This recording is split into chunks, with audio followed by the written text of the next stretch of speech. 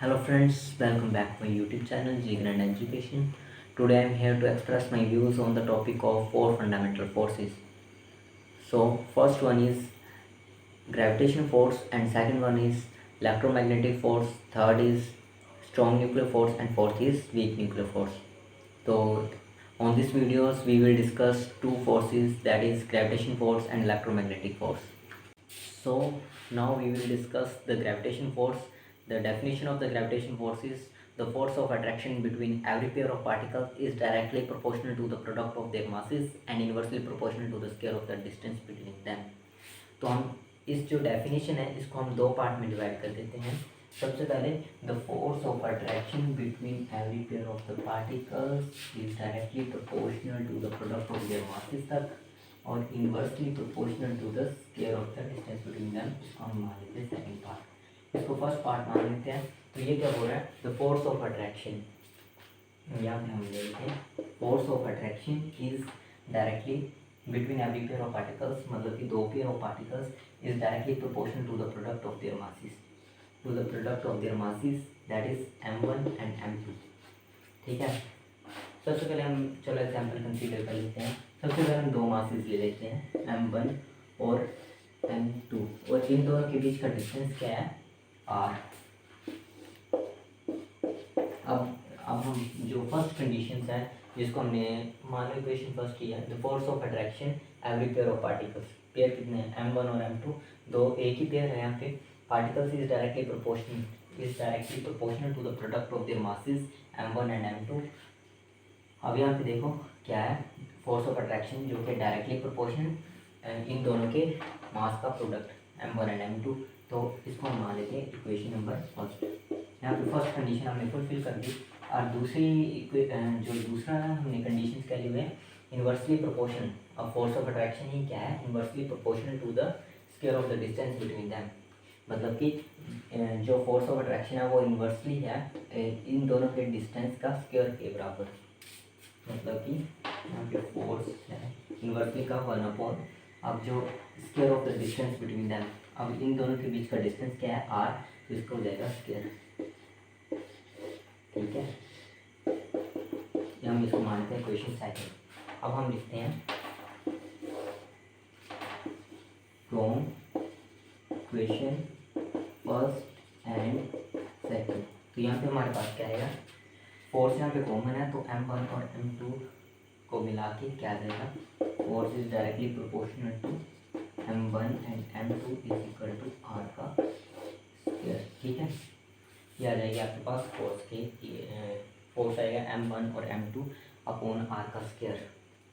तो हम यहाँ पे प्रोपोर्शनलिटी का साइन हटा के क्या लग जाएगा, ग्रेविटेशन कांस्टेंट. ठीक है. तो हम यहाँ पे अब आप यहाँ पे देखो, यहाँ पे ये प्रोपोर्शनलिटी का साइन जब हम हटाएंगे तो क्या लग जाएगा, ग्रेविटेशन कांस्टेंट और आ जाएगा इक्वल. ठीक है. यहाँ पे ये आ गया. अब जब हम जी की वैल्यू आएगी हमारे पास, जी की वैल्यू होती है 6.67 इंटू 10⁻⁻11 न्यूटन मीटर स्क्वायर पर किलोग्राम का स्क्वायर. ठीक है. यही हमारे पास है जी की वैल्यू, ग्रेविटेशन कांस्टेंट. अब ये जो ग्रेविटेशन कांस्टेंट है ये पूरे यूनिवर्स में सेम ही रहेगा. मतलब कि या फिर आप दो बॉडीज, अब कोई भी दो बॉडीज मान लो, जैसे कि ये अर्थ मान लिया और ये मून, तो इन दोनों के बीच हम जब ग्रेविटेशन फोर्स निकालेंगे तो जी की वैल्यू सेम ही रहेगी. मतलब कि ये इन दोनों के बॉडीज़ अलग अलग होने के कारण ये ऐसा नहीं है कि ये भी अलग हो जाती है.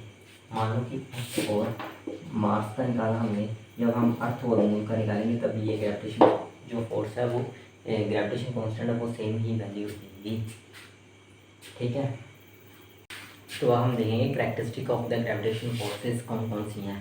तो फर्स्ट है the gravitation force between two bodies are equal in magnitude but opposite in direction. तो जो भी gravitation force between two bodies होती है उनका जो फोर्स का मैग्नीट्यूड है वो इक्वल होता है बट ऑपोजिट इन डायरेक्शन. मान लो यहाँ पे दो बॉडीज हैं m1 और m2, ये डिस्टेंस r.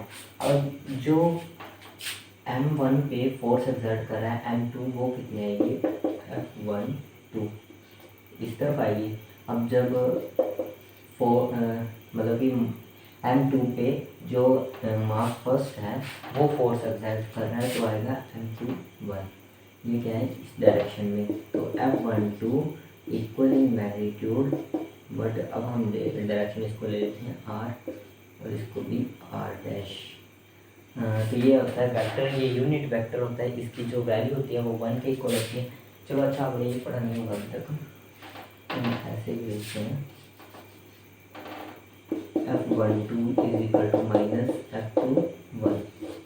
इनका जो मैग्नीट्यूड है वो इक्वल है, बट जो डायरेक्शन है इनकी वो है ऑपोजिट। ठीक है, ये फर्स्ट कंडीशन है। और सेकंड क्या है, gravitation force is a long range force, मतलब कि ये ग्रेविटेशन फोर्स जो है वो लॉन्ग रेंज फोर्स है।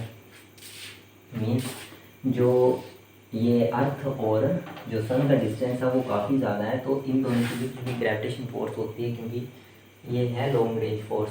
अब जो न्यूक्लियर और वीक न्यूक्लियर फोर्स है वो है शॉर्ट रेंज फोर्स, क्योंकि वो न्यूक्लियस के अंदर ही मेंटेन होती है। और यहाँ पे थर्ड है gravitation force is central force. क्यों ग्रेविटेशन फोर्स सेंट्रल फोर्स क्यों है, क्योंकि ये बॉडी के सेंटर से एक्सर्ट होती है। और फोर्थ है gravitation force between two bodies does not depend upon the presence of other body. जो ग्रेविटेशन फोर्स है वो ये डिपेंड नहीं करती है कि इन दोनों के बीच में कोई भी अनदर बॉडी आए, कि ये तभी एक्सर्ट होगी ग्रेविटेशन फोर्स जब इन दोनों के बीच कोई भी बॉडी अनदर बॉडी आए। ऐसा नहीं है कोई भी मीडियम हो, ये न तो मीडियम पे डिपेंड करती है और ना ही किसी अनदर बॉडी पे। ठीक है, तो अब हम एग्जांपल्स देखते हैं। इसमें फर्स्ट एग्जांपल जो कि आपकी बुक में दी हुई है, it is the gravitation force that keep the earth और any planets of the solar systems in the orbital around the sun, orbit around the sun. अब देखो, इसको मैं रख कर देता हूँ।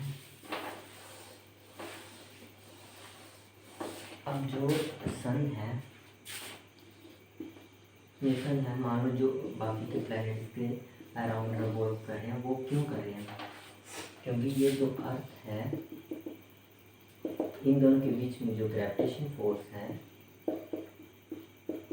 वो फोर्स अर्थ को सेंट्रीपिटल फोर्स प्रोवाइड करती है। सेंट्रीपिटल फोर्स प्रोवाइड करेगी, जिस कारण ये पूरे इस अपने ऑर्बिट में घूम पाएगा। तो ये ग्रेविटेशन फोर्स से रिस्पॉन्सिबल है अर्थ के मतलब कि रोटेट करवाने में अराउंड द सन, रिवॉल्व करवाने में अराउंड द सन।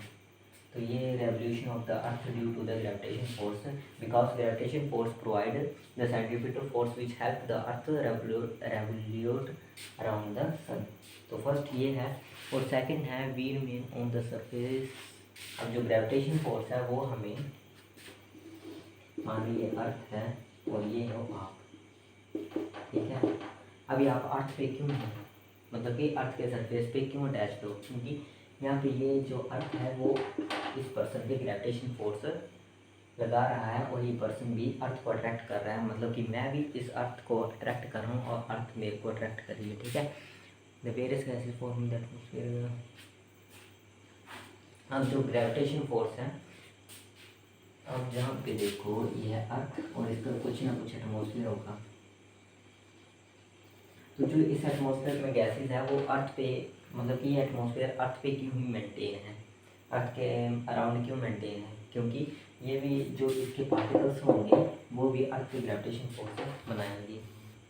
ठीक है, और ये जो ग्रेविटेशन फोर्स है ये इसको इसके एस्केप वेलोसिटी आप पढ़ोगे आगे, वो काफ़ी हाई होती है, जिस कारण ये बाहर नहीं जा पाते, मतलब ये स्पेस में नहीं जा पाते इसके जो पार्टिकल्स हैं। बस ये काफ़ी है तीन।